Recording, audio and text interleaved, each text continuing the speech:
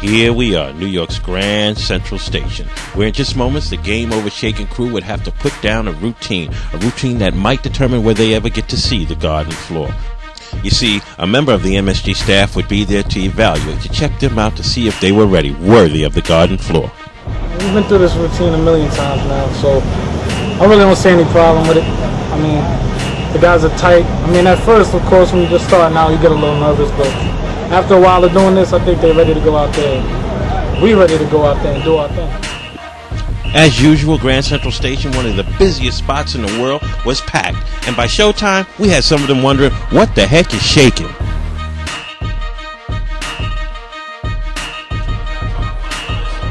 I was asked to give a brief introduction, and then I handed the mic off to the one and only Doc Ice.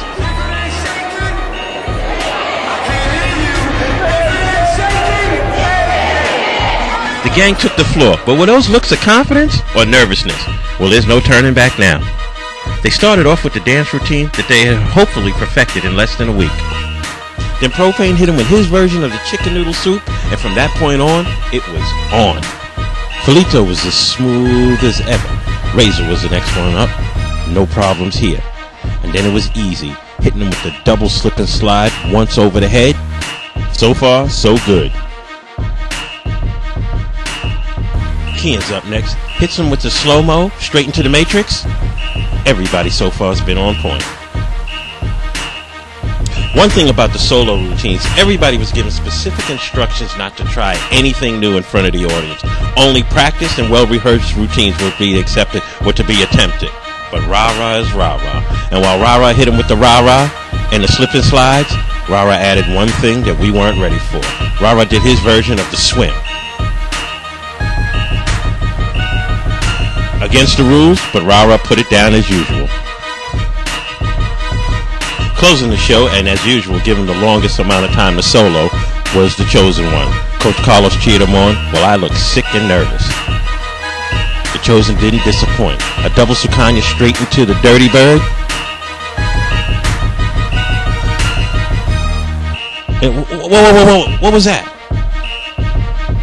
Where's the ball? Let's see that again. The Dirty Bird, okay, we're familiar with that.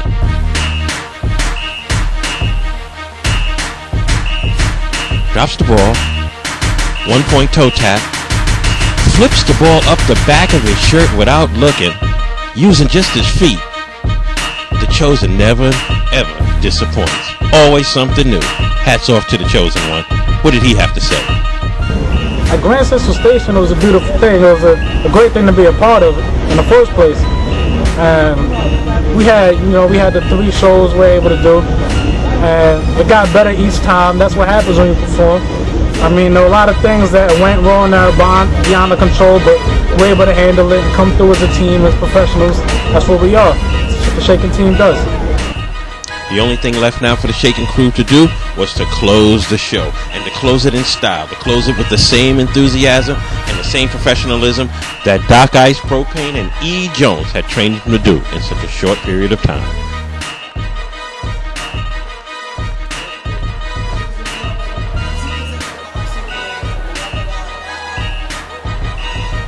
It was the first time I ever performed, but it was great. Like, I never knew how many people would really like the Shakin team and know that, but they would just all stand at you when you're doing your solo.